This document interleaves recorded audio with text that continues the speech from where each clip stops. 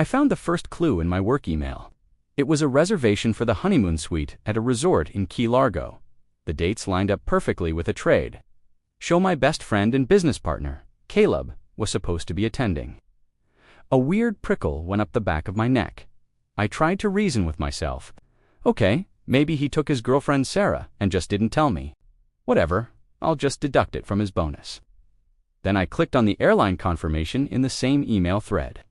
2 tickets, one for Caleb and one for a passenger named E. Vance.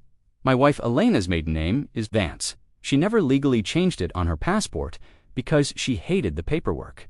The world just stopped. The silence in the house was deafening. I just sat there in my ergonomic chair, staring at the screen, waiting for the punchline. For some explanation that would make it all make sense. Maybe Elena went to help him set up the booth, but why wouldn't she tell me? Why lie and say she was visiting her mom that weekend? That's when I started digging. And once I pulled that first loose thread, the entire tapestry of my life unraveled.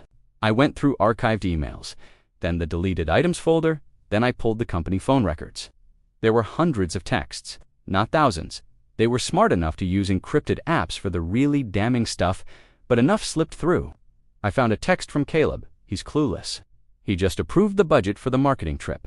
We're good for Vegas next month. Alina had replied to his work number, I can't wait. Being in this house with him is suffocating. He's so ... heavy, you make me feel light. I read that line over and over.